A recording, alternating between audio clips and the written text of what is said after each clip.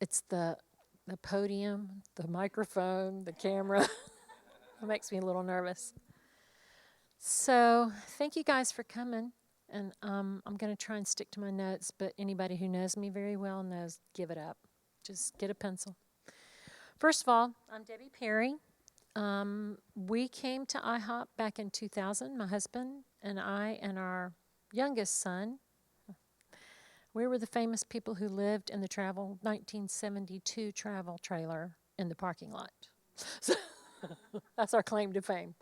So, so we came to IHOP, and I gave up midwifery, because I was going to come and be an intercessory missionary, and it was going to be so awesome. I was born to do this, and there were only like 50 of us at the time, so everybody had to sing. Everybody had to do this stuff. It's very different now. So about, I think 2 years ago, I stopped singing on teams because I was told I was unreliable. I think it was the day that I came up on stage in scrubs to sing after I delivered a baby. I think they kind of freaked out on me. So I stopped singing about 2 years ago. My husband works in security, and my youngest son, Aaron, was in security for a while. And he got married, and he's doing something else. But we're all committed to the prayer room. That's our heart. That's what we do. And I'm just so tickled that the Lord has released me to do midwifery again. About 2007, I'll go make a long story short, but we left for a few years to go help build a house of prayer somewhere. And came back. But during that time, I got to take care of my dad while he was dying, which was a real gift. And I mean, talk about the Lord really instilling the real value of serving the least of these and the honor of that. So it was when Justin was doing these momentary light afflictions are working in me an eternal weight of glory. That was that whole time period. And talk about the web stream saved my life, really and truly, during those 3 years. So when I came back, the Lord, there was a huge shift in my life, and the Lord said, will you go, very, very clearly, the Lord said, will you go to the grave with what I've shown you? So that was a rhetorical question. I don't know if he talks to you like that, but he does those kind of things with me. So, of course, I said, no, I will not go to the grave. I will give me the ability and give me the skills to teach it. So that's kind of how where we are now. I was an LPN and decided after becoming an LPN that I wanted to work and not do any more school.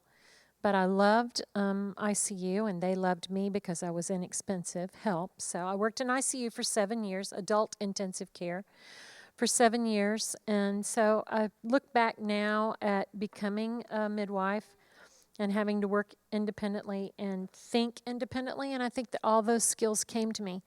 Plus, if you know all those big fancy skills, you don't have to show them off all the time. Only show them off when you really, really have to show them off. So that's my background. I did work labor and delivery too. So God's given me the ability or the gift of knowing birth from having a hospital birth, having a home birth with an old granny, to having my baby in the hospital in this beautiful birthing suite. And also working in the hospital as a labor and delivery nurse, working in birth center, and doing home birth. So I think the Lord, and teaching for the hospital, and teaching for a birth center, and teaching for home birth. So I think I've got a real good grid on the territory out there. So anyway, right now, I started my training as a midwife, I guess 1988. One of the midwives that I was working with in the D.C. area said, you realize God called you to do this, don't you? And I went, you think so? Oh, my gosh. I was so excited. So I'd always thought that I just didn't want to go back and go get my master's degree and then have to work like I saw the midwives working in the hospital doing just being little doctors. So I didn't want to do that. But the Lord opened the door for me to apprentice with a PhD midwife who had had a home birth practice for 18 years. And then to work with 5 different midwives in the DC area. So I got to see how everybody kind of did their own little thing, which was a huge blessing to me because then the Lord could bring it back to me and say, now this is the way, walk you in it. So that's kind of I'm still in that process, by the way. I think we all are, aren't we? We're all kind of figuring out exactly what is the way and how do we walk in it. So that was back in 1984. I started teaching childbirth classes. Then 98, I started training with that midwife and 5 other midwives. I did a 3-year apprenticeship. I did not go back and do graduate studies. Let me just explain a little bit about midwifery in the territory. You have certified nurse midwives who primarily work in hospital and some work in birth centers. They must have a physician to sign off for them. They must have collaborative practice. So the good and the bad of that is that they have to have a physician signing off on them. And if it all depends on how the physician, how his philosophy is, if he's pro-natural or if he is liability driven.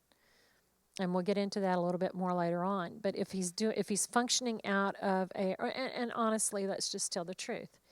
Most of the medical community, the decisions that they make, and I know there are nurses and medical people in here, most of the decisions that are made how not to get sued. Not necessarily what's best for mom or what's best for baby or what's best for patient. It's what's going to keep you from getting sued. A sad state of affairs, but that's where we're at right now. And we're going to come out. I believe we're going to come out of that because I think the public is crying out and saying, we don't want that. We're going to take care of ourselves, thank you. We're going to find some people who are going to help us get our body to a state of health and stay there as much as possible. Now, if I get in a car wreck and my arm gets severed, would you please take me to the closest emergency room? But if I'm giving birth or any other natural body function, could you just, keep me out of the gram-negative staff environment? I went off on a rabbit trail. Okay, so certified nurse midwives.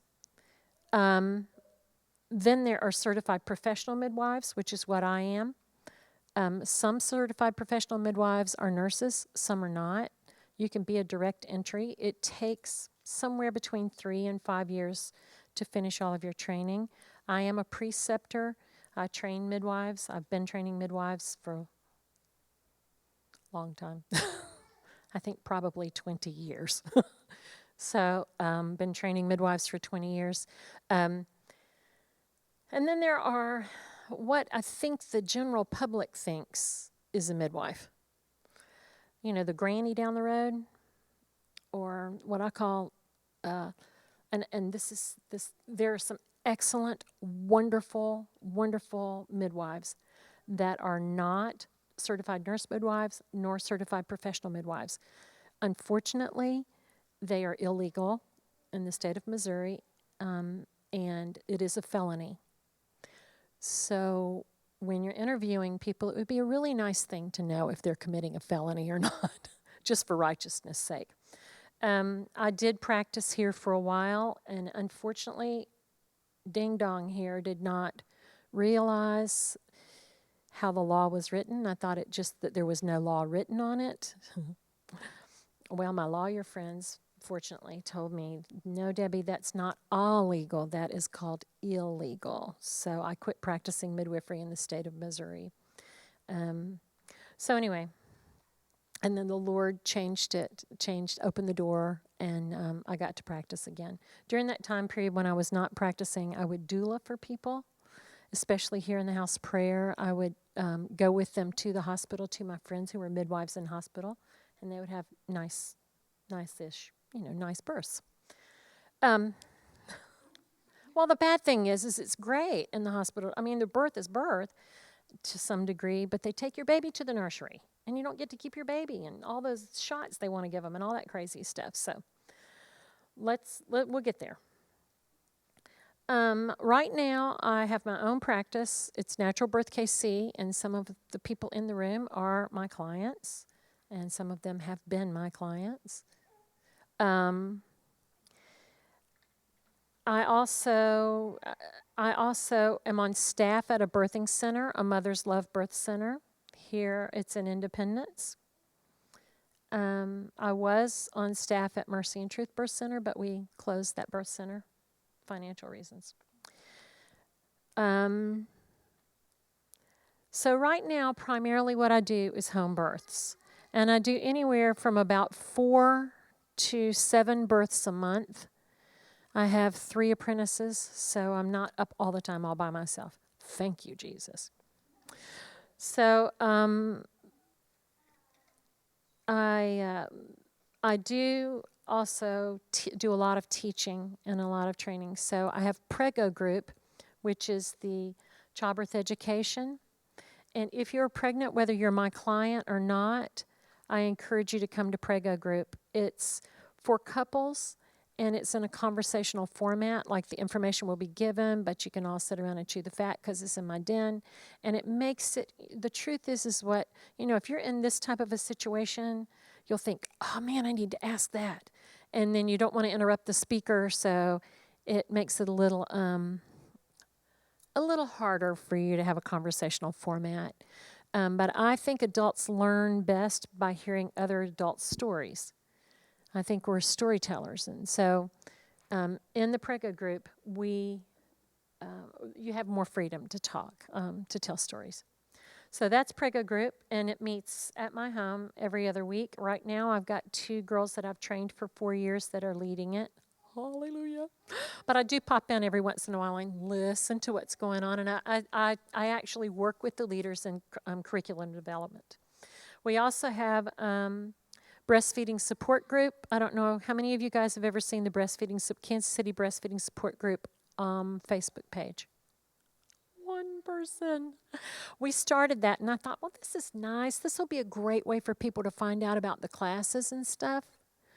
In less than a year, we had 200 people on the Facebook page. I'm like, okay, there's a need here. There's a need. So we have breastfeeding support group.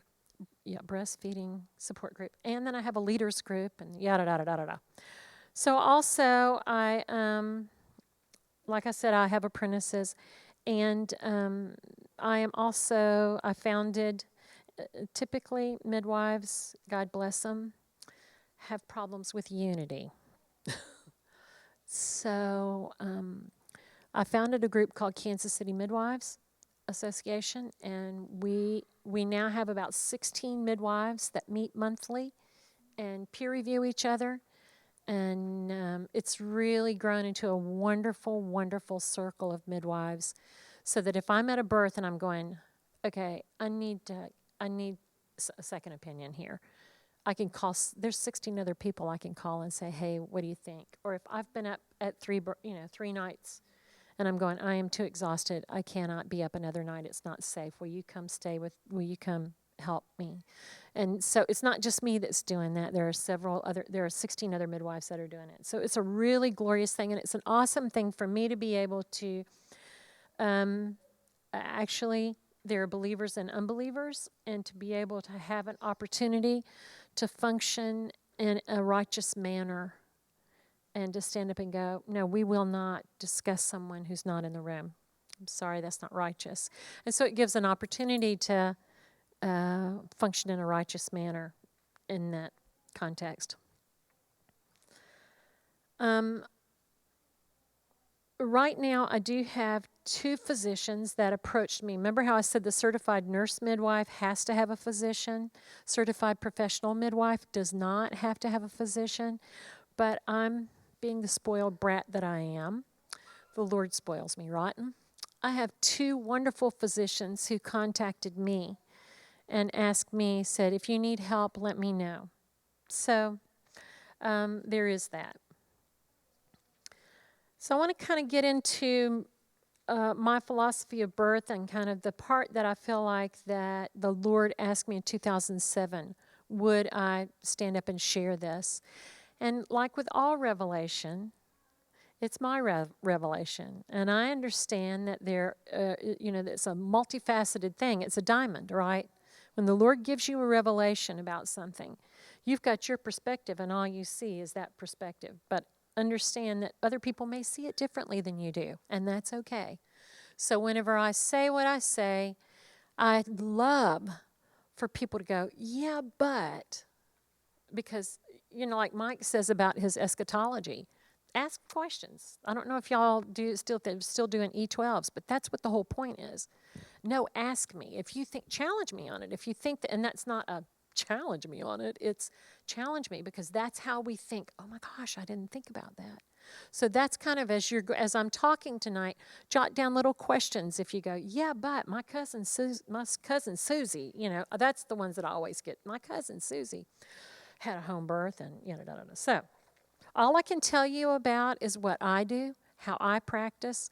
I really don't want to go into how other people practice and get into a judgmental thing, but I will, I'll answer questions. Okay. My belief is that birth is a normal body function, that when God created Adam and Eve, that he made Eve with the same body that women have now. I think we had the same physical structure. I think that Adam had the same physical structure. And I think that birth, my little rhetorical question is birth what it is because of sin or because God designed birth? This gets into can get into some heated theological debates. So I'll just give you the way I feel about it right now. The birth process was designed at creation. And, they were told to be fruitful and multiply. She wasn't going to go find a baby under a cabbage leaf. Her body was made to give birth. She was the fit helpmeet for Adam. So God designed all of the sexual, all of the everything. He designed that when he designed us. I can get real detailed if y'all want me to, but I probably won't on the video camera. But the way he designed everything, the whole process of the women's cycles, and how we ovulate, and when desire is heightened, it's all for procreation. That's the way God made it. So don't be surprised. I've got this scripture here. If you'll look under, the process of birth was designed at creation. If not, how could it have been increased? Genesis 3:16, to the woman he said, and I usually use amplified, so y'all just bear with me. To the woman he said, I will greatly multiply or increase your grief, your suffering. And the Hebrew word there is etsev, etsev. And some places have it etseb, but that's Hebrew. Your etsev in pregnancy and the pangs of childbearing, with spasms of distress you will bring forth children. Yet your desire and your craving will be for your husband, and he will rule over you. To Adam he said, because you have listened and given heed to the voice of your wife, and have eaten of the tree of which I commanded you, saying, you shall not eat of it, therefore the ground is under a curse because of you. In sorrow and toil, etsev, same word, you shall eat of the fruits all the days of your life. Now these little, see where I put my little personal notes there? Adam and Eve were given the same word. And it's etsev. And in the Old Testament, it was used several times. And other places it was translated to mean with your strength, with your and called your hard-earned goods. Go back to my notes here. Painful toil, hard-earned labor, the sweat of your brow. And the places that etsev or etseb is used in the Old Testament, that's the translation, except for childbearing. I find that very interesting that somebody, when they translated Etsev in that place, they put increase your pain in childbearing. My feeling is yes, birth is somewhat uncomfortable. Those of us who have given birth, it is not a picnic, but we serve a Redeemer. And I have seen birth where it is suffering, true suffering. I've worked in hospital, and I've seen birth where it's really suffering. And unfortunately, I have to say that I've participated in it because of things that I've done. But I believe that if I could get testimonies of people that I've delivered, which I probably should, compile them. People say, I've had so many people go, "Oh, that was it? Okay, no." So it does not have to be this baby story picture. You know how, has anybody seen the baby story on TV? Where somebody has to always come in and save them and rescue them with an epidural. Like, God did not make the provision for that. You know? Anyway. So the same word, etsev, was spoken to Adam and to Eve. For Adam, or for man, work became his etsev. Men, I think you can all testify that providing for your family is your stretch. It's, how am I going to put, Lord, I'm going to do my part, and I'm trusting you that you will help me here, that you will put the food on the table, that you'll provide for me. So with men, it's usually that trusting God to provide and to call on Jehovah Jireh, who is our provider, right? For women, the stretching was that we would not lean on our spouses, that we would not lean on drugs, that we would not go, my doctor is so wonderful, I couldn't have done it without him, or my midwife is so wonderful, I couldn't have done it without her. I don't like those things. I want you to come up out of the wilderness leaning on your beloved, going, I know the Lord and he was there for me. That's the joy. That's the invitation that the Lord gives us.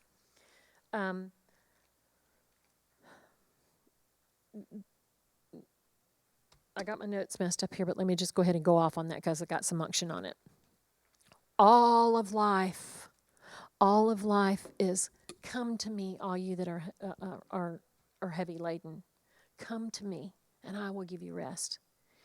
Why would it be any different for this? I think with women, when they face childbirth, the scary thing is, the truth is, those that have had natural... First of all, let me see. Has anybody in here given birth naturally, without drugs? Okay.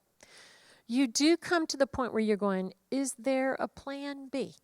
Is there a back door? Is there some way that I can get the heck out of here? Because I really do not want to have another contraction. I mean, I don't know about y'all, but that was the way it was for me. And yet, the Lord would come when I would have a contraction, and I really knew at the end of my labor, I knew, that's what it means. I can do all things through Christ who's my strength. It wasn't, I am woman. I am empowered. No, that's a dangerous thing, because that's what the world does. They empower women. When you hear that kind of terminology, it's usually New Age, honestly. So everything in life is for us it's another little hook to catch our hearts, and for us to face our frailty, and for us to go, I refuse to trust in the arm of the flesh. I choose to trust in you, Lord. You are enough for me, and I will trust in you. And honestly, I have a friend that, go ahead and do this little caveat here. She was looking forward to her birth and giving birth and not having complications this time. And her baby got in a breech position and would not move. And she felt comfortable about having a cesarean. But the beautiful thing is that she came up leaning, because that was the thing that she was afraid of the most, and the Lord walked her through it. So there are times when you do need, when medical intervention is not the worst thing that could happen. Okay. So that's my thing. I think the ground and the serpent were cursed. Eve was not cursed. Let's just read the Bible. That's what the Bible says. The Bible does not say Eve was cursed, and that's why we have pain in childbearing. Clear. Nobody's going to argue that because it's not even written that way. But didn't we all kind of have that in our head in the beginning? You think, oh gosh, that's dang that Eve. If she hadn't eaten that apple, I wouldn't have any pain. I've actually heard women say that in labor. So I believe that, really, I have heard people say that in labor. Oh, honey, it's that Eve thing. I've heard men say that, and I'm like, really? Have you read the Bible? Anyway, so since birth is a normal body function, I think we've I hope I've established that fact that it is not a medical problem. The body was made to give birth. Y'all excuse me for a second. I have to get a drink of water.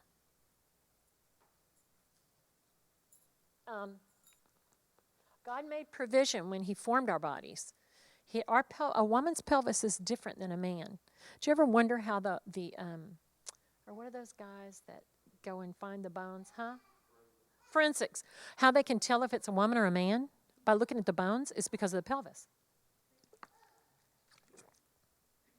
Because a woman's pelvis is shaped different than a man. Thank God. So, I have a little theory. I'll just throw it out there. If I was going to do a thesis, this was one of the things that I would do a thesis on, is that face shapes correlate to internal pelvises. So if you see somebody that has this skinny little long face, kind of like Vaughn, you would probably not want to be delivering their baby because that means that the shape of the internal pelvic outlet is small, is narrow. The other case in point, and people, women will say, oh yeah, I got them birthing hips, because they got a big wide thing. So, oh yeah, I got those birthing hips. Case in point, Asian women. Asian women typically have a very large pelvic outlet, anthropologically speaking. Look at the cheekbones and the nice wide jawbones. And so it's just, that's how you can tell, just forensically looking at people, you can see how body types. So anyway, I'm not writing a thesis, and it won't be on that, but I just had to spiel that out there on you guys. So let's go to worldwide statistics. World Health Organization, which is a division of the United Nations, and it's just a way that they kind of go around the world and they gather statistics of what's going on with, in this case, what's happening with birth in the world. Most women in the world give birth with a midwife to help them. In 2005, and I didn't find the documentation for this, but the latest study that was done, it's even higher. There were 32 other countries, industrialized nations, where less moms and babies died than the United States.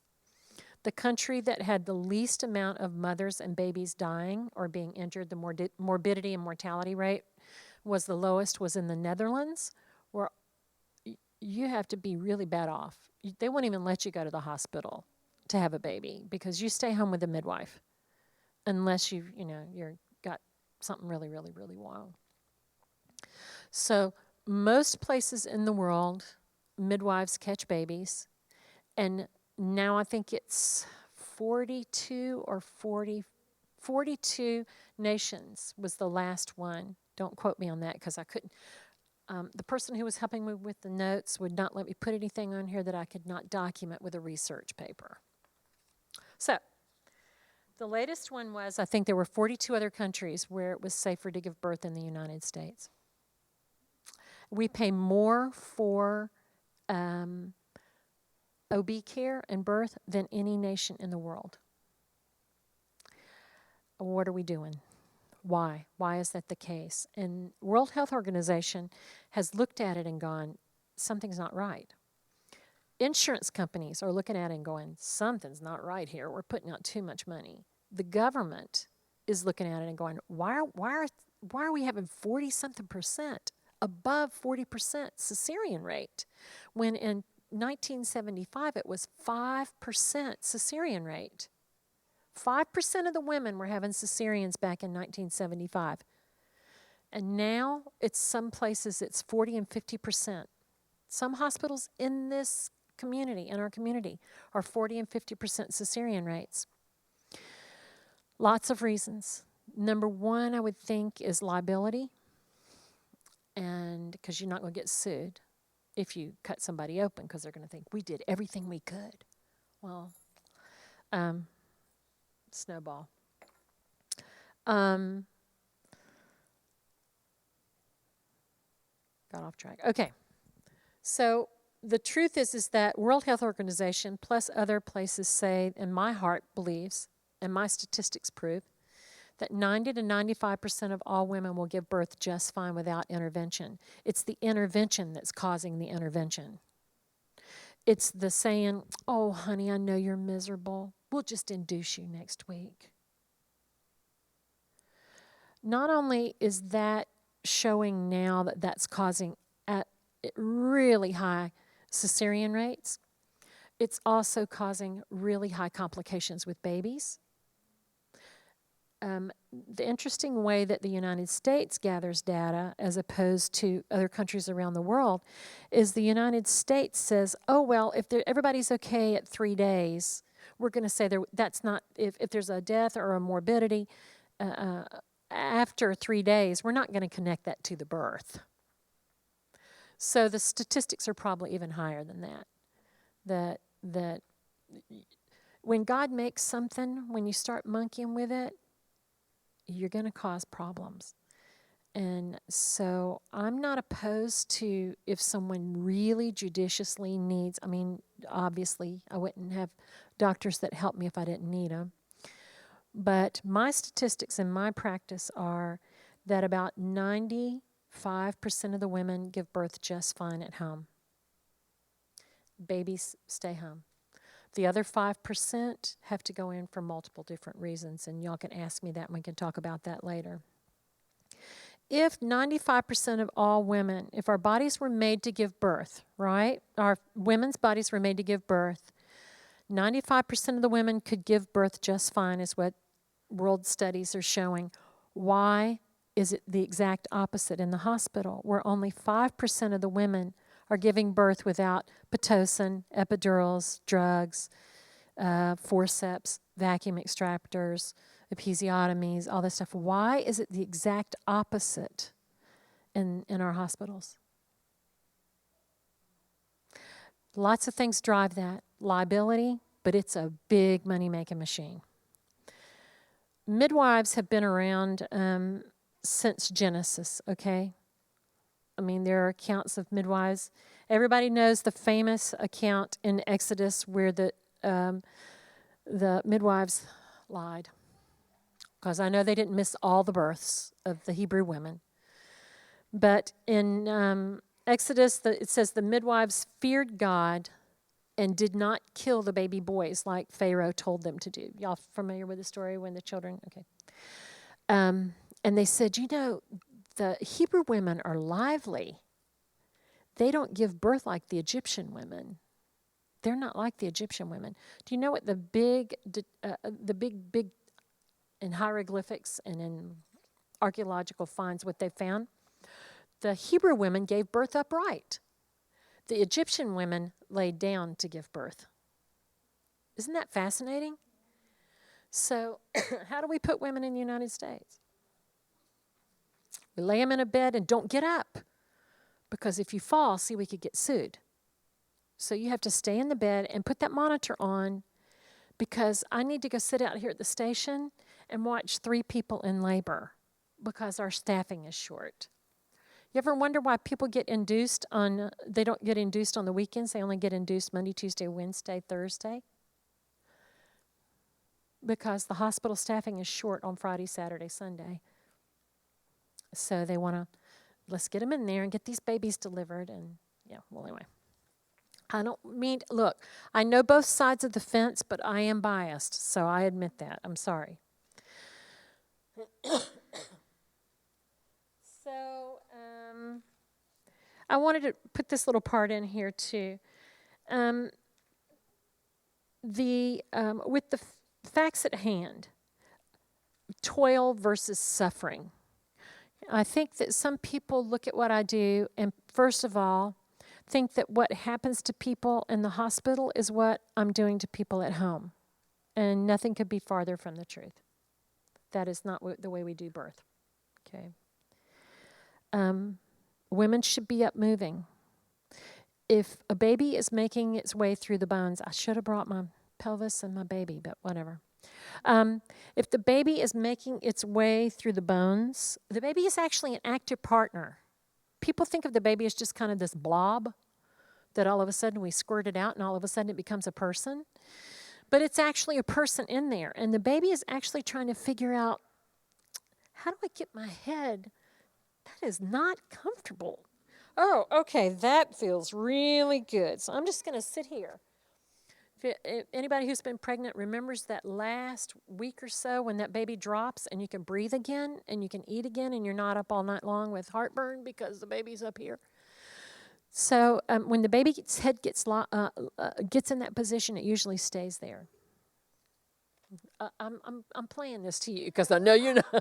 I've seen you pregnant before, so I know what this is like. So the baby is actually an active participant, which a lot of people don't even think about.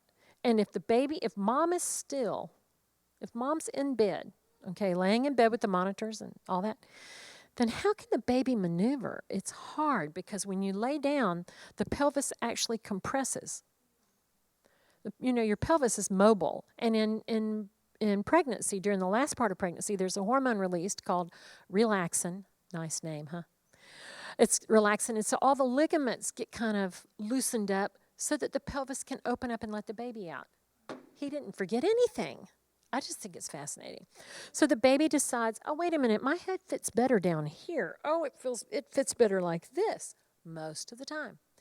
Chin tucked, back on mommy's tummy, not back in the back. And I would say about 90% of the time, that's the way that baby feels most comfortable. I think the Lord planned it that way. But mom needs to be up moving around. You want to stay well rested. You don't want to all of a sudden feel like you're getting contractions. Oh, I need to go run a marathon because I want to get this baby out. But how many people have you heard people that think, oh, let's hurry up and get this going. Let's get out and walk. Well, at about day 3, when they're walking and they're exhausted, they've exhausted their options. So anyway, we want mom to be mobile so that the baby can make its way through the bones. It's a fascinating thing. If you get a chance, go on, let's see, what's the name of that? Babycenter.com.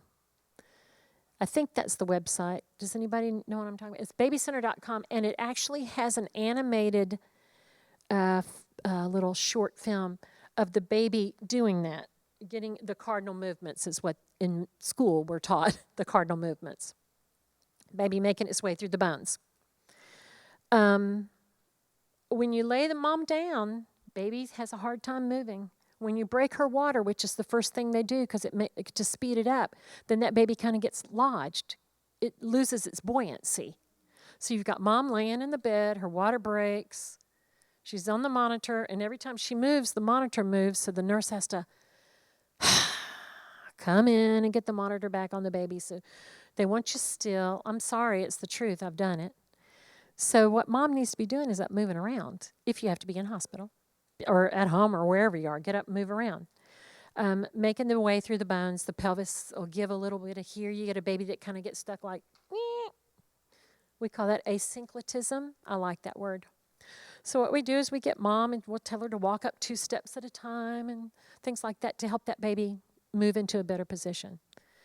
Better than cutting her open. Way less complications. But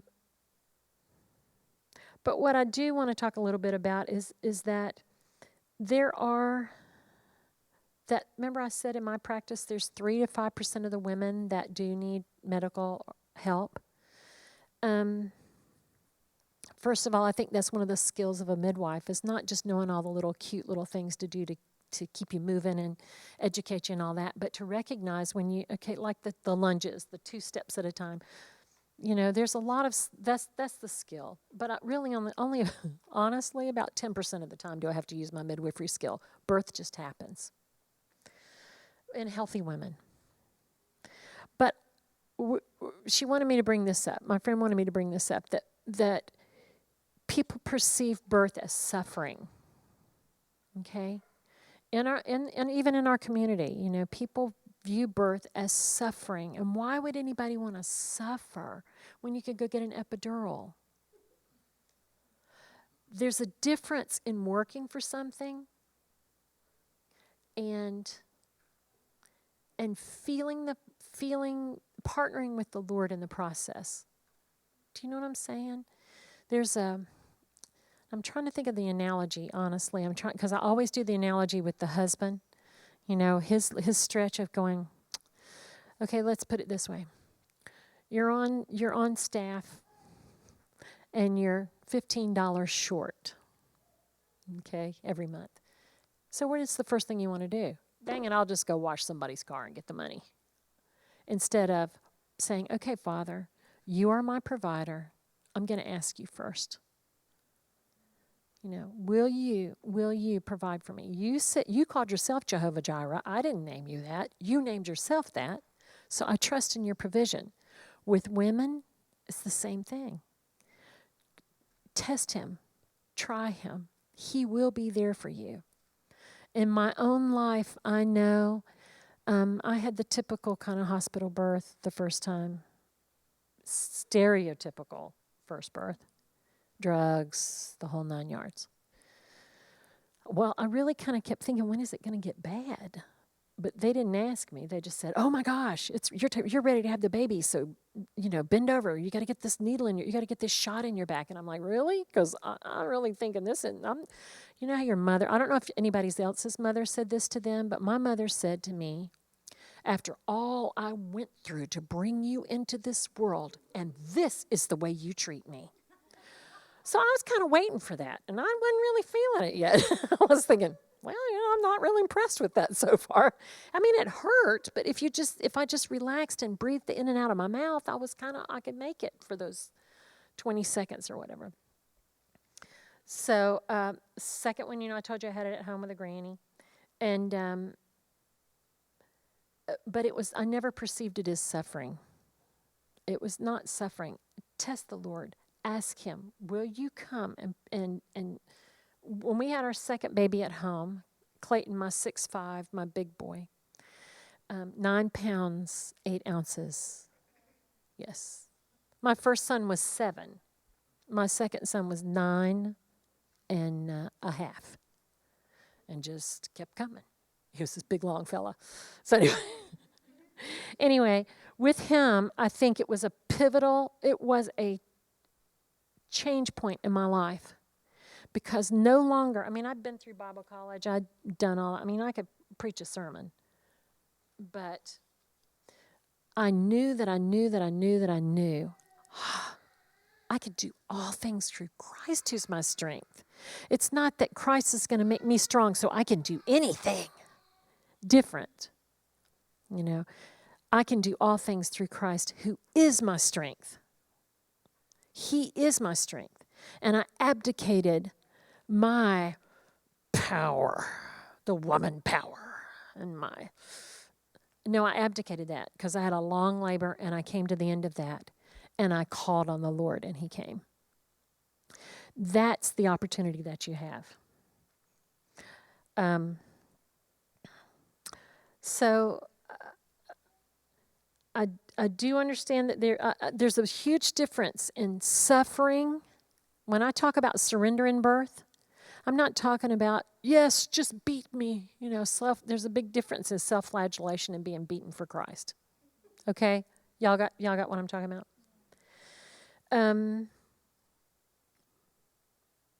I put some, on these notes, I put some things because I really, I don't want to talk about 122 pages of this stuff. So if you'll go and look at the history of midwifery, I think whenever I train midwives, what I want first of all is I want midwives to fear God, because that was the kingpin of what the Shiphrah and Puah, the midwives in Exodus, did. They feared God. That was their number one thing that was said about them. They feared God, and they would not kill the babies. So I think that's an important thing.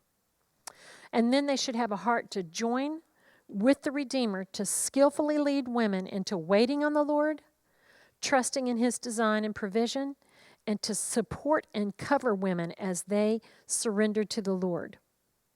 The end goal is so that women can come up out of this wilderness, come up out of this process, leaning on their beloved. I don't know. I think Vaughn probably has addressed this, but you know what? When you go through physical crisis, there's something different. When you come through that leaning on the Lord, you can do it empowered, or you can do it coming up leaning on the Lord. I want Song of Solomon 8:5. That's what I want. I want the biggest. Having babies is cute, and babies are cute and all that, but the thing that hooks me to midwifery, the thing that hooks me to it, is when I see the transformation in a woman's life that all of a sudden goes, oh my gosh, I got it. He's there with me. He was there with me. I felt His nearness. I'm not afraid anymore. And I think, honestly, that's why Jesus used birth language to talk about the end times. Have you ever thought about that? How did a single Jewish man, why would Jesus use birth language when He talked about the end times?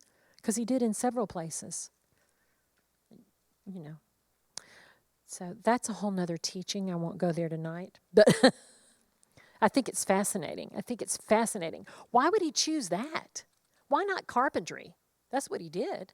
Why did He choose birth? So I believe that there are hidden secrets in birth that will teach us how to carry our heart through the end times. And no, I do not believe that the epidural is the bridal paradigm that's going to carry us through the end of the age. Some people do, but I believe the Lord has made provision. Jesus is enough. Jesus is enough all the time. And maybe we don't know how to access Him that 5 to 10% of the time. I'm not saying nobody should ever go to the hospital. Nobody should ever get an epidural. But I think it should not be 95% of the women doing it instead of 5% of the women. Okay? I also believe that there's something salvific about birth. Why would Timothy say women are saved in childbearing? I think that's true that women are safe in childbearing. I think, I've read more commentaries than you want to on that scripture. But I believe that what it is that women have the joy in a short term, it doesn't take, 5 years to have a baby. It's a short term thing where you come face to face with your own frailty. Men, God bless them, they face it all the time. The whole time they're providing for their family, it never goes away. But I think with us, with women, it's not just giving birth. I think it's raising those children.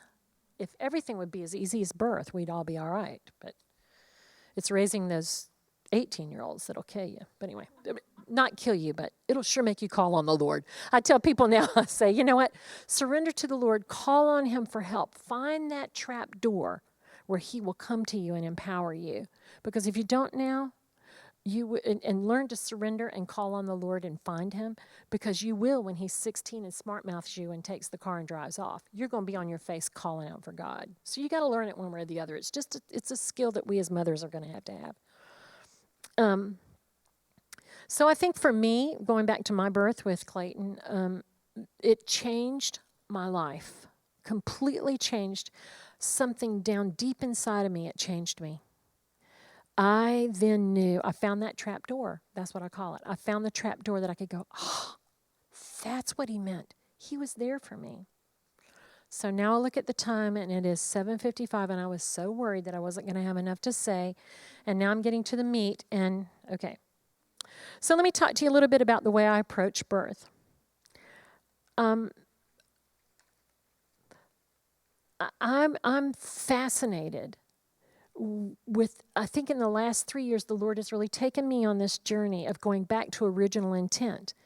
Not how was I trained to do it as a nurse? Not how was I trained to do it as a midwife, but what was his intention? What did God intend for birth to be? Because he created birth. He did not, the birth was birth before Eve sinned, right? We established that. I think that if we are healthy, if you're a healthy person, if you're a diabetic, you're going to have complications, okay? That's just the way that it is. If you're sick, if you've got an illness, you're going to have issues that we have to deal with. But if you're a healthy person, then you should not have to have medical complications. Let me just talk to you a couple of little things. I think the natural things speak of the invisible. Hebrews 11. I did a little research. I just got back from a 2-week vacation in Hawaii. Can y'all tell? So while I was there, I took commentaries and I was even doing more research, which drove me even crazier because then, there's books that could be written on each one of these things that I'm telling you. So I'm just going to hit the highlights. The natural things speak of the invisible. That actually is the name of my book that I am working on and have been working on for 3 years, but someday I'll get it done. The natural things speak of the invisible. Let's just go to this. I speak to you of a mystery. You don't have pregnancy without intimacy. You don't pick up the Father's heart without intimacy. You go intercession, birth and intercession. My little thing is I think birth and intercession are types and shadows of each other. That when you go into intimacy, don't be surprised if all of a sudden you've been in the prayer room and all of a sudden you start thinking, Uganda? Where's Uganda? Where'd that come from? You've just been sitting with the Lord and all of a sudden you picked up something that was in his heart. And all of a sudden you start feel that thing kicking. I heard 5 people today talking about Uganda. What is going on? Pay attention. You pick up things in intimacy of the Father's heart. So then he knits that baby in your womb. So all of a sudden you get it, you go, there's something. God's got something on Uganda. There's something going on there. I need to feed into that. I need to pray into that. Father, what in your word? Where was that? Go back to Genesis. What was Uganda? So then you start praying scripture over Uganda. You start feeding yourself. I'm doing the parallels here. You start feeding yourself, praying this little burden thing you got for Uganda. You start praying and you start looking, where's Uganda? You start researching about the people. You begin to pray for the people. Da-da-da-da-da. So all of a sudden, you're pregnant with this thing, and you think, I need to eat my protein. I mean, I can tell if I don't eat my protein, I can feel it. So I need to eat my protein. I need to drink my water. I need to eat my dark greens. Okay? So you're nourishing yourself and you're nourishing yourself, right? Then all of a sudden you're feeling that thing about halfway through. Let's go over here. Pregnancy. About halfway through, all of a sudden you start feeling this bump. What the heck is that? You start feeling the baby move. Did you know that pregnancy is almost half over before you ever feel it? It's still in there. It's still alive. It's still brewing. The Lord brooded over the face of the waters. Oh, I'm going to preach. But anyway, so God is creating something. He's knitting something inside of you. Over here, you run into this person who says, oh my gosh, I have an orphanage in Uganda. And you're going, oh no, there's that Uganda thing again. And you begin to feel the kick, right? So what do you do about that? Oh, I'm going to support that orphanage because there's something on there. So you start pouring out for Uganda. Then all of a sudden, this thing is like seriously kicking. So, you feed into it. You're nourishing yourself. You're getting ready. So you prepare yourself. Saying, okay, so I'm going to have this baby. I'm going to get the nursery ready. Like, what does that have to do with anything to do with birth? But in our culture, that's what everybody has to do. They can't have a baby until the nursery's ready. Have you noticed that? I have no idea where that came from. It's materialism, but we won't go there. So you're saying, okay, I got to get ready. And I'm beginning to feel these Braxton Hicks contractions. I'm feeling these things. Something's brewing. Jesus said, when you see these things happen, it's the beginning pains. It's not yet, but it's coming. So you got the heads up. Something's up. So you go over here, and then this person that you've been supporting, this mission in Uganda, says, I really love for you to come. Okay. well, and you start thinking, well, how much does a ticket cost to Uganda? Okay, Father, I need to, do you understand what I'm saying? The praying back and forth. So you're over here and you're thinking, I am so done with being pregnant. I am ready to have this baby. But I will wait on the Lord because I know his timing is perfect. Over here, you're going, I really want to go to Uganda, but I don't have the money. So, God, you're going to have to provide the finances. But I really want to go. And you're telling all your friends about Uganda and da da da da da. Shall I bring you to the hour of birth and not give deliverance, says the Lord. We all know that you can start, packing your bags and sit on the front porch and wait for the money to come for Uganda.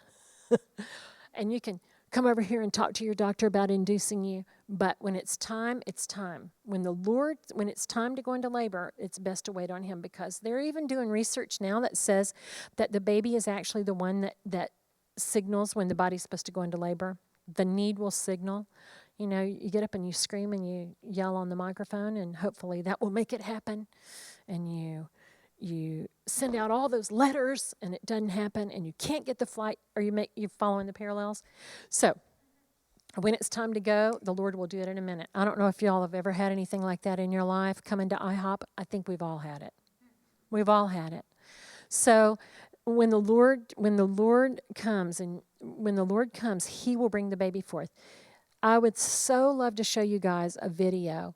So if you want to, girls, come, we'll have a party sometime and we'll show you a birth video, because anybody I've shown this video to just looks at it and go, I did not know that's what birth was like. I had no idea. The girl's not even making a sound. I keep turning the sound up because I'm thinking, surely she's making some noise. She wasn't. So I can't really show you what birth is like. Just take my word for it. I don't believe in pushing. I believe that the body is involuntary, that God made your body. There's actually a reflex, and I can't think of the name of it right now. My mind just went blank. But there's a reflex that all of a sudden, well, actually, I'm going to be crass. We all do it every day. We do. And we don't go say, it's time now. I got 5 minutes. I think it's time I need to go to the bathroom. No, we don't do that. We wait until it's time, right? We wait until it's time, because if you do that, you're going to get hemorrhoids. You're going to cause damage to yourself, okay? Just thought I'd throw that out there. Same thing with birth. When women are done that forced pushing, come on, like on Baby Story and all that, come on, take a deep breath. Push, push, push, come on, push. All that. Number one, it's the arm of the flesh. Number two, it's exhaustive. Why would you tell someone who needs maximum oxygen to hold their breath? Birth is like running a marathon. So why would you say, okay, take a deep breath now, hold it. 1, 2, 3. And we wonder why the baby's heart tones get wackadoo? Why the baby starts getting into distress? Well, where's the oxygen, Anyway. I told you I can go on way too much, and I really want to have time for questions. So let me just give you some of those little hidden secrets. Those little things that I think the natural things speak of the invisible, and there are so many more. So many more of things that now, especially in Europe, this is a big deal in Europe. They're doing a lot of research about normative process and what happens when you go abnormal process. And they can go really crazy. And we all know that you can write a research paper on how that wall's not beige, it's pink, but we just perceive it as beige. I mean, you can get money to write a research paper on anything, but there's really hard evidence about birth and the process, and how we need to honor it and we need to leave it alone unless you're in trouble. If you're in trouble, then you get out of the pool and you get help, literally or figuratively. I do mostly water birth, by the way. So shall I bring you to the hour of birth and not give deliverance? And that was said by our Heavenly Father, not by the midwife. As much as the midwife would really like to say, it is 11 o'clock, I am really tired, and I think it's time that you have your baby. How many of you have seen The Business of Being Born, that video? Okay.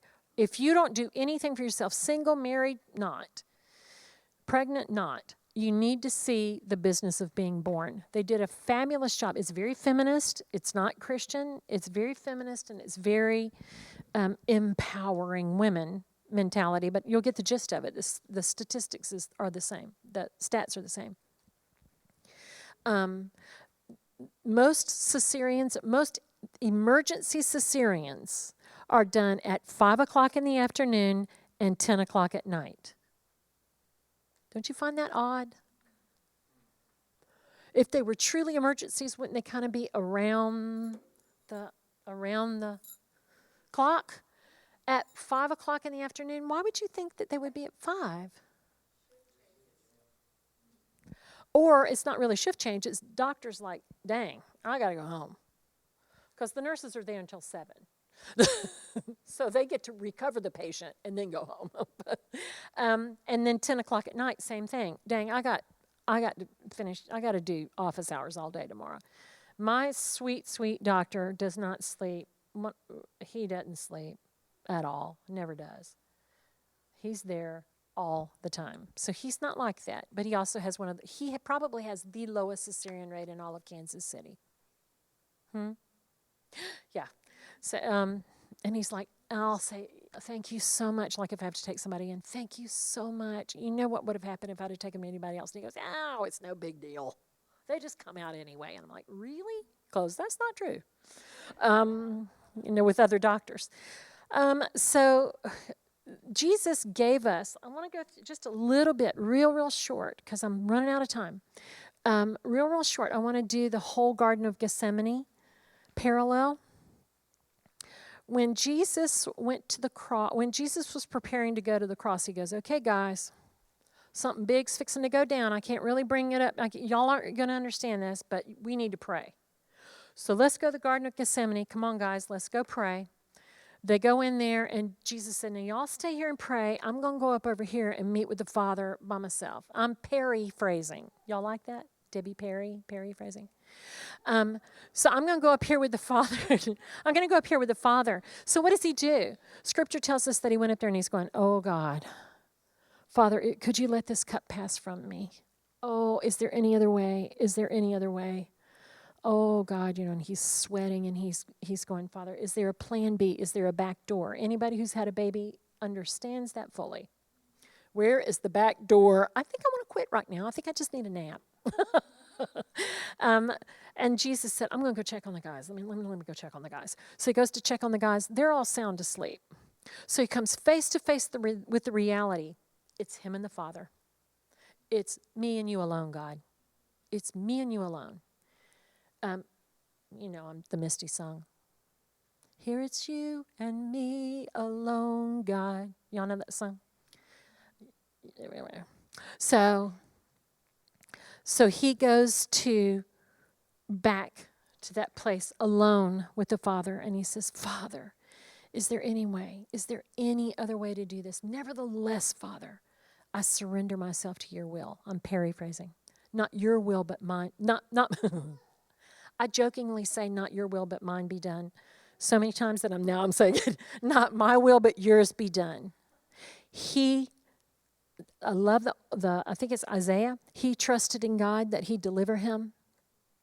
Jesus trusted in the Father that even though he knew, look, the cross is not pretty, folks. It's hard. Just like women, look at birth. Yeah, it's hard. But our Redeemer has given us some secrets of how to walk through the cross, okay, of how to walk through birth. So he said, nevertheless, Father, I trust you. On the cross, while he was in the thick of it, it wasn't pretty. He did scream out and go, my God, why have you forsaken me? He did. It's not pretty. And so I don't want anybody to get the ooh la la mentality about birth. Yeah, there is a point that you come to where you go, Jesus, come and help me. I really am at the end of myself. I am face to face with my empowered self. Come, save me. Come, deliver me. And then he did, praise God. God raised him up.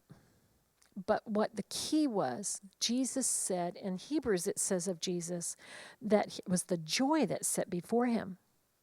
That he was not looking at the cross, the cross. Oh, God.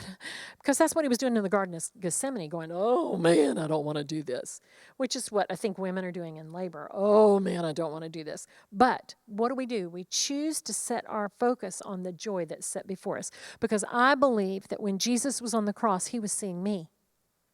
He was seeing you. We were the joy that he said, yes, Father, it is worth it. This is worth it. I will do this because it's worth it. It's not just pain for pain's sake. It's not just another contraction just to show that I'm a woman, but it's the best thing you can do for the baby. And it is, it's producing something, okay? You know, these momentary light afflictions are working in us an eternal weight of glory. There's more going on than just having a baby. Always is, because we're spirit, soul, and body. Okay, so the Hebrews, for the joy set before him, did the Jesus in the garden and the cross. The Lord's really been highlighting to me for the last few weeks this little trilogy here of wait, surrender, and trust. Or wait, trust, and surrender. I'm not real sure about that. You can't surrender if you're not in an area where you trust. And think about ministry time. If you're not with a team during ministry time, if you're not with a team where you feel safe with those people, you're not going to let go. You're not going to let them pray over you. You're not really going to be vulnerable with them. But if you're in a good ministry team, how many of y'all have ministered on ministry teams before? Prophetic ministry and healing ministry? You know what I'm talking about. If you're in a good team, you can just let it go and trust God, okay? If you're not, you're like, okay, well, I got to suffer this through for another 10 minutes because I'm going to get out of here. So, not that there are bad ministry teams, but there are some not great ministry teams. So, I think that what midwifery does is it teaches us to trust the process and to trust God. And so we wait on the Lord, but we also don't just sit there and go, well, baby will come out someday. We're listening to heart tones. We're monitoring mom and we're monitoring baby. And my safety zone is mom okay? Is baby okay? If something's not okay with mom, if something's not okay with baby, and it's not something that I can fix, we're not staying there. We will go to a higher level of care, okay? But thank God, 90% of the time, 90 to 95% of the time, everything comes out. So what we do is we come around women, and that's what I think the difference in midwifery and physicians is. We come around and wear that scaffolding that says, I'm here, and you can do what you need to do to walk through this. I'm going to be here with you. Midwife means with woman, okay? And like I said before, who is this coming up out of the wilderness leaning on her beloved? My goal for you, of course I want everybody to have a nice, easy, normal home birth, right? But what I want more than that is for you to come up out of this leaning on your beloved. And I think, God, please, raise up Titus 2 women in our community. Raise up godly women who will do that for people my age, that will say, okay, honey, this is a hard time in life, but I'm 70 and I made it through 59 and you're going to be all right. So God raised up Titus 2 women. It's a huge missing component.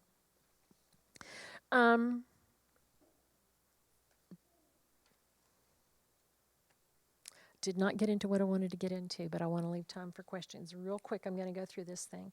Did you know what, just talking about provision, when that baby comes out, do you go, oh, isn't it cute? It's an instinctual reaction to grab that baby and pull it to your chest. That's why they used to tie women's arms down. That's why they used to when I first started working, we draped everybody. Don't touch the sterile field. Like anything is sterile down there anyway. But anyway, so, you touch the sterile field because that baby's sterile. You know how, I don't know if y'all had children. Those of you that had babies before the 70s will attest to this. It was a very distant thing. You did not reach down and feel your baby coming out. You didn't bring your baby up and put it on your chest. Okay? The baby was taken from you and taken to a warmer. because it wasn't with mom, who was 98.6. It had to be underneath a heat lamp that was 98.6. The studies that have been done, if you go back to original intent, where that baby comes up and it's an instinctual reaction to grab that baby and bring it to your chest. Now they've got studies that actually show the baby can't regulate its own body temperature. This is a medical fact. Baby cannot regulate its own body temperature for 72 hours. They've done research, and just this quadrant of just the mother will, if the baby's cold, coolish, I'm not talking cold, just this portion of her body will heat up. If the baby is warm, just this portion of her body will cool down. If you have twins, it will adjust to each one. I think he didn't forget anything. Okay. I just think that the more you research that, the more fascinating it gets. The more you find out, the more you know. I mean, the more you find out. They also now are doing, there's currently research being done that says, well, they've already proven that when you bring the baby up and the baby stays on the mother's chest, skin to skin. It does not work if there's a baby blanket or a nightgown in between there. The baby needs to be skin to skin because that's their most developed sensory organ, okay? Remember, your skin is an organ. It just doesn't cover your organs. It is an organ. So as that baby's on your chest, they're proving now that it regulates the baby's not only body temperature, heart rate, respirations, but now they're doing research on metabolic, on your metabolism. And this is really an area where they're doing a lot of research. Why do we have so many, and this is a joke, but why do we have so much diabetes? And so many, well, it's probably our diet might have a little something to do with it, which Vaughn, I'm sure, talks about. But this is also a hidden secret, because juvenile diabetes is astronomical right now. I mean, it's really, really bad. So they're trying to find ways to counteract that. Well, that's one of the things that they're doing. They've done research on. Gosh, I did get through it. Oh, here's a fun one. Okay, so when the baby comes out, and the baby, just like all other mammals, how many of y'all have had dogs and kittens and mammals? Give puppies and kittens, okay? You don't sit there and go, oh, poor little puppy, here, let me help you find a teat. What does it do? It roots and finds it, okay? That's what I'm really working to do, and I've been doing, and it is fascinating. I'm trying to video it, but, you know, my brain's not always there. So I have mom's hand, the way that I do birth, mom's hands on baby as it comes out. Very rarely do I have any tearing or have to do the cut or stitches. Rarely. I do, but rarely. Baby comes out. Mom brings baby up to chest. Baby begins to, after a few minutes, baby starts rooting around. There's a World Health Organization has 2 videos online if you're interested. I didn't put them on here, but they're fascinating. It shows this drugged woman in India laying on her back. It was really funny because you could tell the woman was drugged. And they lay the baby on her chest, and the baby just all of a sudden starts going, crawling up looking, and latches on. And when you do that, you don't have latch problems. You know, people that have trouble breastfeeding, the latch problem, they're almost non-existent when you do the baby-led latch. Fascinating. So I could go on and on and on and on and on about different things that God created it that way. Oh, and you know how in the hospital when you give birth, you know how they always come in and kill you rubbing on your tummy? Right? If the baby is laying here, it's called opposing crawl. The baby starts doing this. Guess what it's doing with its feet? Massaging your fundus. So it decreases breastfeeding. That's my safety factor. If a baby will latch on, then that's my safety. That's what I call my Pitocin drip, because you remember I was in the hospital. So I do know the dangers of hemorrhage, and I am prepared medically, and I don't just sit around. But I mean, I am prepared medically to handle a hemorrhage, and I'm prepared medically to handle a baby that won't breathe. The main reason babies don't breathe is because of narcotics. Because when mom gets this much drug in her system to help her with the pain, mom's this big, right? Baby's not that big. So the baby gets a much larger dose. Bulb syringes, like when God in the garden, the baby didn't fall out and there came clamps and scissors and a bulb syringe. Where did it come from? Where did all this stuff start? It started with the medicalization of birth. When moms were knocked out And those babies, because mom was knocked out, the baby was knocked out, so it lost its respiratory drive. So you had to rub it because mom wasn't rubbing it because she was knocked out. First thing that happens, remember the instinct to mama brings the baby to chest, the first thing she starts doing is rubbing the baby. Oh, you're so beautiful. They're not. Whatever. There are very few babies that are really pretty when they first come out. I'll just tell you the truth. Some are, but they come out and mom's stimulating and talking to it. There's the stim that they're doing over the. So, interesting fact. Does anybody know what El Shaddai means? Huh? The many-breasted one. Why would God call himself the many-breasted one? What was he trying to say? Because in our culture, breasts are not primarily thought of as provision, right? But he called himself the many-breasted one. Oh, this will make me cry. Because when you think of going, I just do these mental pictures of me going and laying my head on the Father's chest. That's my place. I go and just kind of sit in his lap. And, don't get weird on me. But, I know that he is making provision for my heart, even for the things that I don't even know I need. Don't y'all agree? He has made provision for the things that I don't even know I need. And then the other one, it says, I learned to trust at my mother's breast. I didn't learn to trust while I was laying in the crib while my mom was letting me cry it out. God did not withhold himself from us. He poured himself out. And I challenge moms, pour yourself out. It is the one time in your life that you will never regret it. You cannot go back 4 years later and go, oh man, I shouldn't have done that. I should have paid more attention. It's done. It's done. And the research now about those first 3 days of birth and the first 3 months of life and the first year of life, all the research that's coming out is fascinating. I am not the one that says anything the little child wants, give it to them. And after 3 months old, okay? I think that you need to set boundaries, but I don't think that you need to set boundaries at 3 days old, 6 weeks old, okay? If you want to know more about that, come to the breastfeeding support group. So Jesus, in the Bible it talks about the progression. Think back to Song of Solomon. Anything she wanted, she got in the first chapter. She got anything she wanted. He was right there at her beck and call. It wasn't until chapter, was it 3, where he starts to pull himself away a little bit? 2, 3. I forgot my Song of Solomon tonight. But anyway, what I'm saying is there's a progression that the Lord wants to do of attending to our every need. And he pours himself out for us. And then we go to, like a weaned child, I have calmed and quieted my soul. So there is a progression. I'm not saying that you always give them everything they want. On here, I have lots of resources on this back page. And as you can tell, I could go on for way longer than you want to hear me.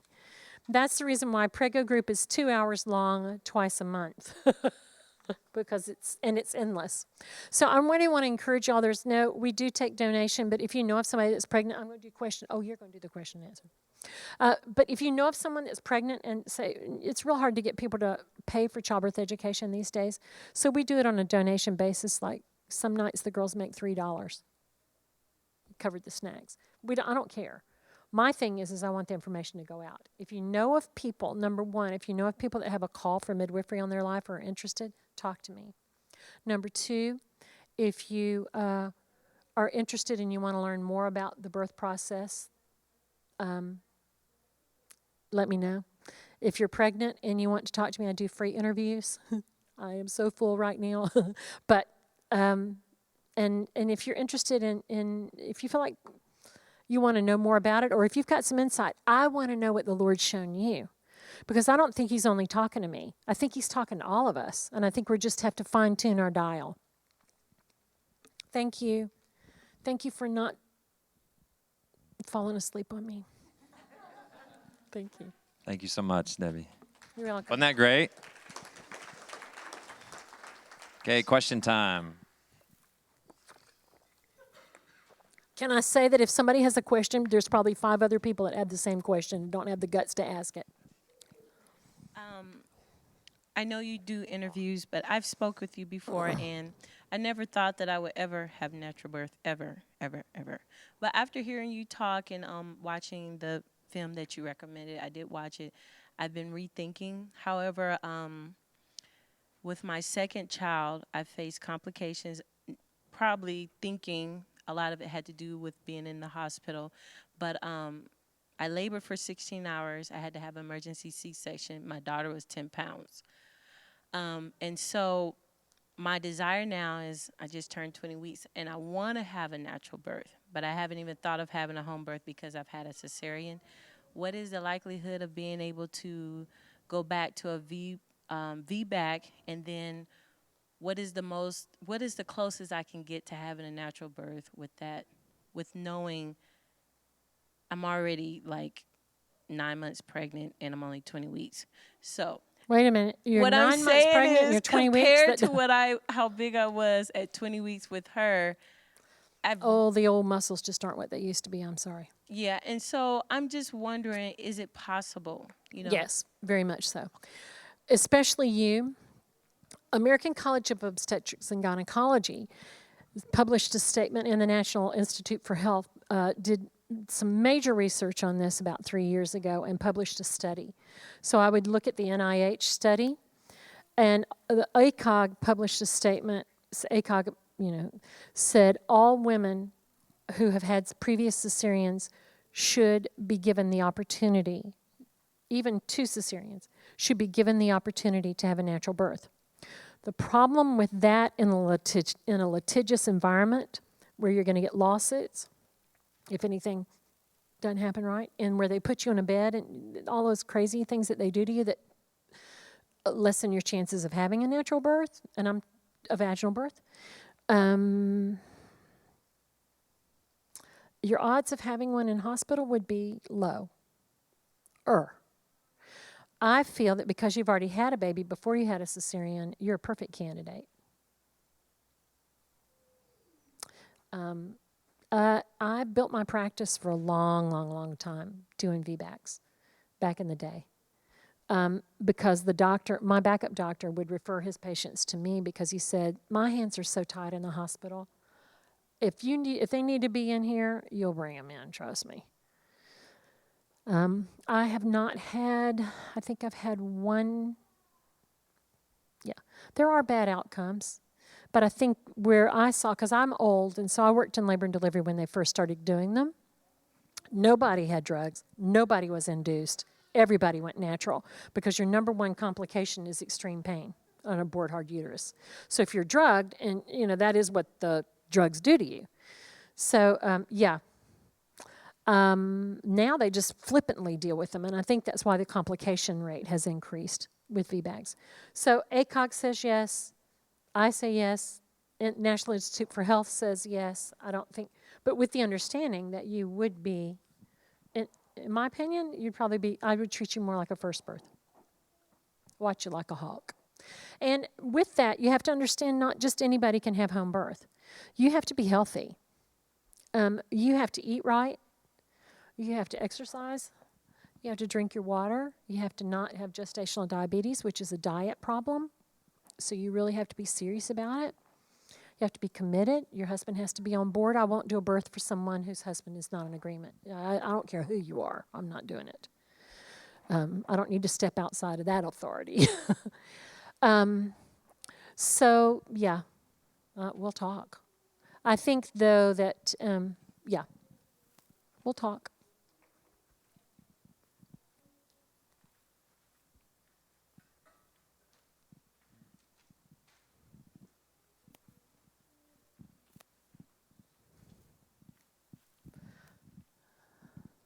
Hi, thank you. At 5 p.m. at the hospital, my sister had a PhD midwife that had no techniques to help out. The baby was a little high, the water wasn't broken, she was fully dilated. Would you have waited? They insisted on having a cesarean because the baby was a little high.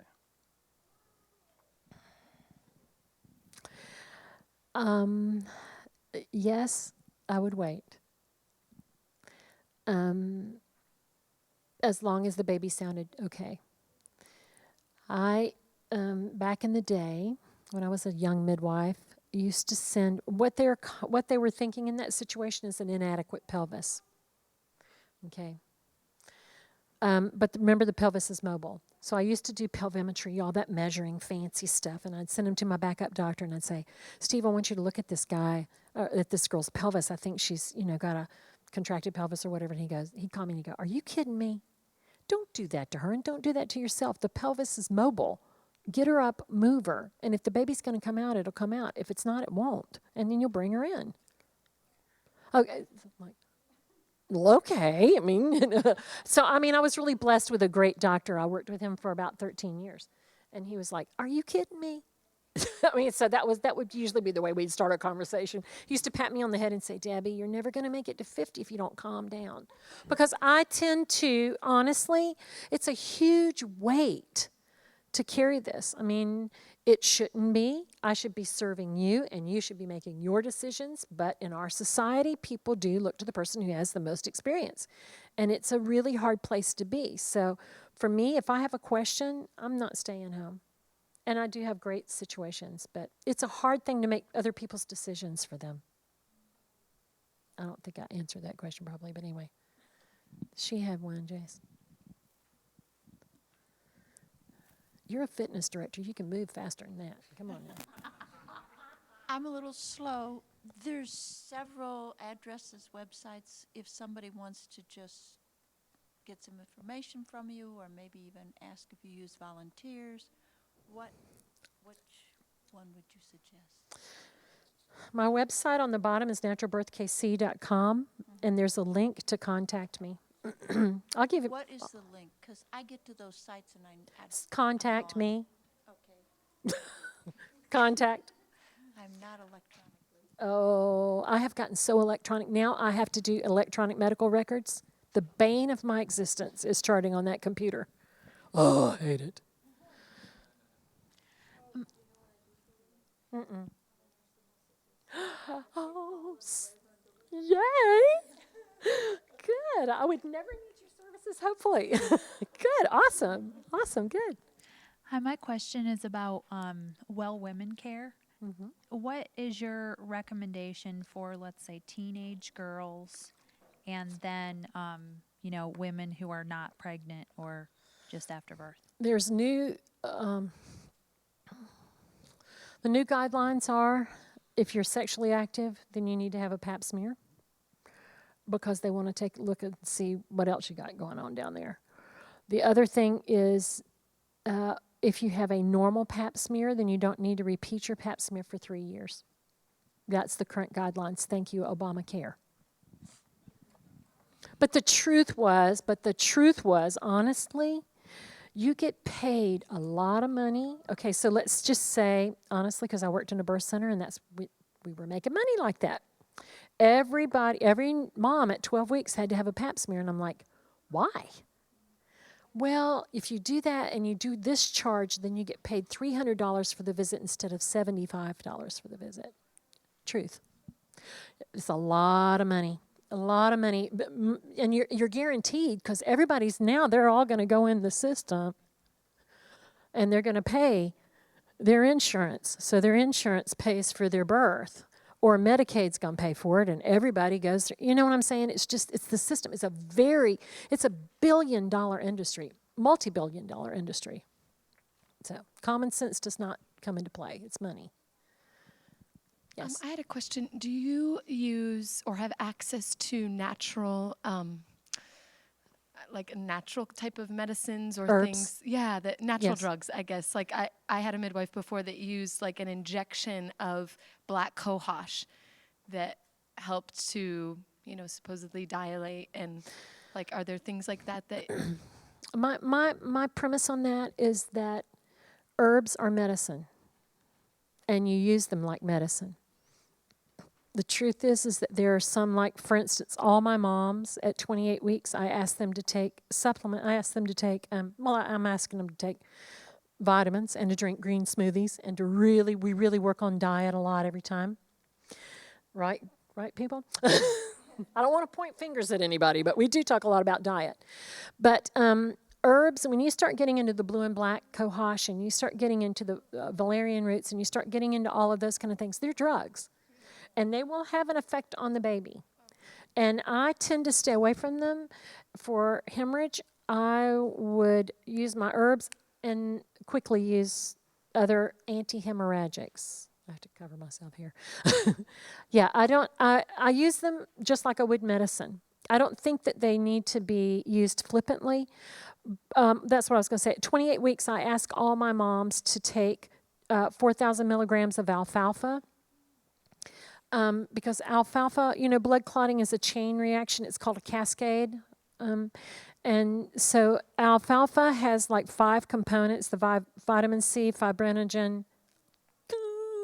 My mind just went blank. Okay, several components, okay?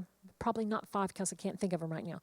Components that increase your clotting factors and stimulate red blood cell development. They stimulate bone marrow to make red blood cells. And you can't, if you were to go out and eat a whole field of alfalfa, you wouldn't get as much as in the tablet. So when I was working in birth center, the nurses would go, whoa, you could tell she didn't take her alfalfa. I mean, they could see it. They were the ones that were like, oh my gosh, you can see a huge difference. So it's anecdotal. There's not a lot of research on it. It has vitamin K. There's not a lot of research on it, but I can see the difference in it. So I guess I would be more prone towards supplements for increasing your health than make something happen, because you can get into that same mentality of intervention with herbs. And a lot of midwives do that. And I don't feel comfortable going there. I'm one of the midwives, and I used to, but because I've been around a long time, I tend to, or not because, but I mean, whatever. I just feel like the longer I do this, the more I go back to original intent, the more I go back to original design, unless you need it. And I was just wondering, how do you feel about multiples, delivering multiples? Do you do that? I have delivered multiples, but maybe 3 times in 23 years. You've got to have as my sweet little doctor says, he's not little, but my doctor says you got to have the right mom, right babies, and right circumstance. You got to have everything right. Typically, I sometimes look at mothers of multiples, their pregnancies, and I think, why isn't anybody talking about nutrition? You wonder why in our country most multiples are delivered they're really happy if they make them to 36, 38 weeks. Why? Because they're not nourishing them. With my practice, unfortunately, 2 of the sets of twins have gone overdue. Well, they don't do that, but they did. So, but I do have the doctor that helps, that I like to send people to. He delivers twins vaginally. In fact, he delivered my friend's twins, she's in our community, or was, they just moved.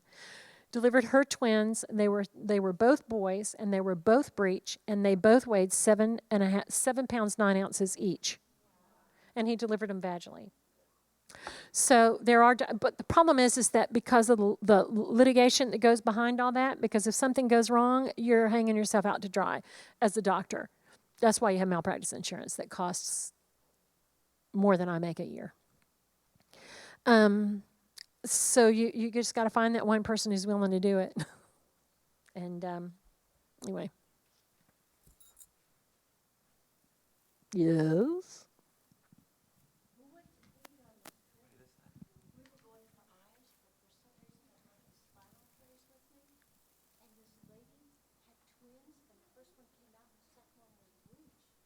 Oh. I took the translator with me, and I explained a spinal to her through the translator.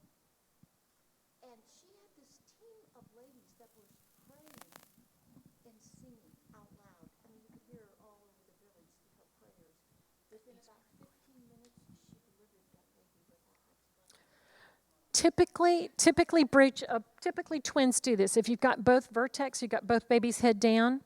First baby comes out and the other baby goes, whoa, look at all this room. He starts swimming around, and they usually will go breech. I don't know why.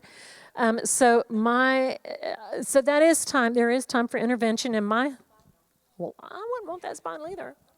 My massage therapist tells me that why I have this problem right here is because she can feel the scar tissue from a spinal. I had a spinal, not an epidural, same thing. But that she can feel that, and that's where a lot of people get those ouches. So, yay. Oh, this is so fun. People have questions. I was so worried nobody would have a question. Yes. So, is there like a way throughout pregnancy that you can prevent breach? Like, is there things you can do? There are things that, I don't know, prevent, but babies go breach and not and breach and not and breach and not. I mean, they go all over the place. Remember, they got lots of room to swim around in there. What I do when I find someone who is breach, now, of course, everybody is breach to me because I used to be really haughty and say, well, if they missed a breach, that's just bad prenatal care. Till I missed 3 in 1 year. Humbled is what you call that. Humble, humiliation, same root word. So now everybody's breech. So if I have a question, whether that's a head down there, I just take them over. I have access to a sonogram machine, and I just sono them and make sure that's down. But what I do is I get mom. I've got all these little exercises. You know what worked? I mean, I actually did it in my pool because I have a pool in my backyard.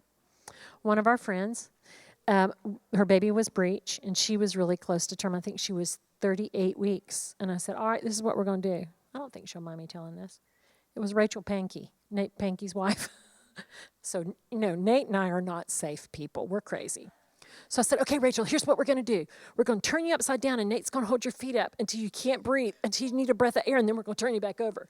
And so we did that. And so I checked, and dang if the baby didn't turn.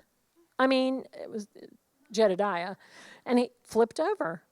And also, my backup doctor does an external version. He'll do it on the outside. The thing is catching them before they get too big. So, yes. Okay. Now that you mentioned the pool, what do you think about water delivery? I do about 97% water birth. I think that water birth has so radically changed me as a midwife.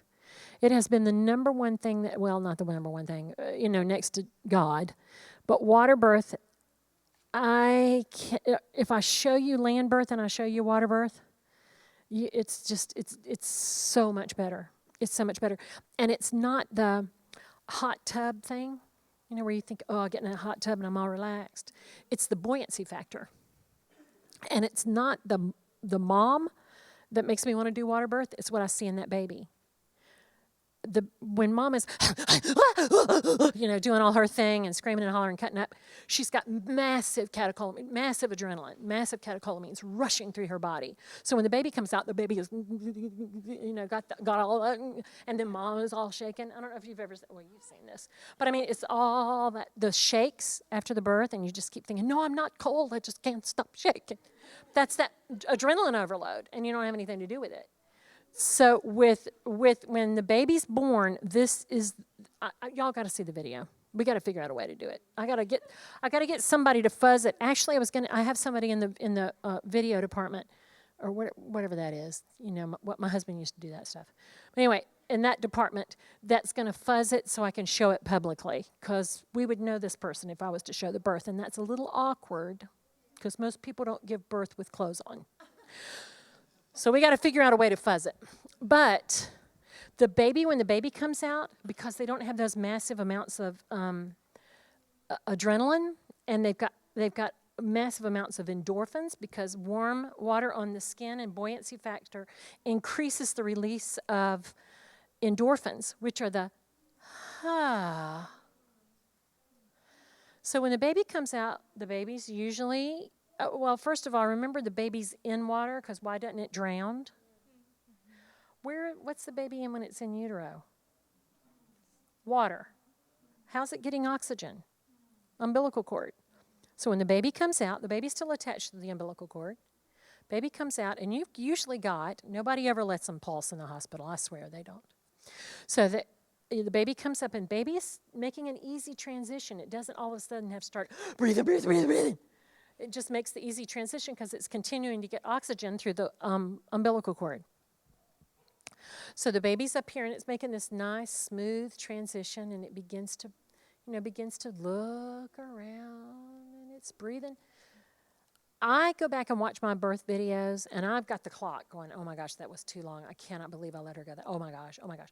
I'm sitting there with a stopwatch watching it, and it's always okay, but I just have to calm myself down. That baby is looking around and pink as all get out. I have stopped clamping and cutting cords until after the placenta's out, because remember I don't bulb suction. I don't bulb suction because there's a natural reflex as the baby's going through the birth canal, which is it squeezes it. Once that head comes out, it's really compressing that thoracic cavity. So anything that's in the thoracic cavity gets kind of squirted out. There's a name for the reflex. I can't think of it. Frederick's reflex. Okay. Anyway, there's a name for the reflex. And it squirts it out, all the goop. Because remember, the baby's been breathing the amniotic fluid, practicing those little muscles, getting ready to come out and breathe on its own. So when it comes through the birth canal and it gets squeezed and all those fluids get squeezed out, and then the babies come on out and they're just cool as a cucumber. You don't have to bulb suction them. Moms aren't drugged. The baby's got the oxygen. I mean, I can bulb a baby. I can delete a baby. I can ambu a baby. I can do those things. But let me see if it's going to do on its own first, if it's doing fine. So water birth, love it. And then I wait until the placenta is delivered, and then I clamp and cut the cord. Because I think that baby generated all that blood, and it deserves it. It doesn't need to go in the trash can.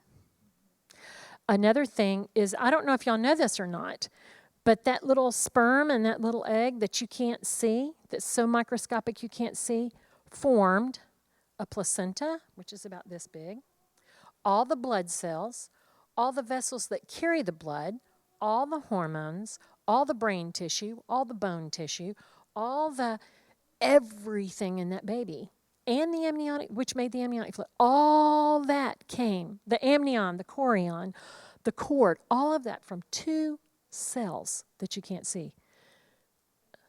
I love to do a placenta lesson because it's the magnificence of God. It's who can plumb the depths?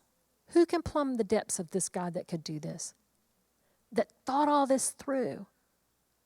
And I don't think that it's just that. I look at the natural things, speaking of the invisible, in everything. And I know Vaughn does too. So does Chase probably. But it's the mystery. What is it? It's the pleasure of a king to hide a thing. And what is it? It's the pleasure of God to hide a thing, and the glory of a king to search it out. Oh my gosh, I feel it. The fascinating journey that the Lord's had me on, just looking at just this and natural process. Okay, wait a minute. That's right, because a mom will stimulate her baby.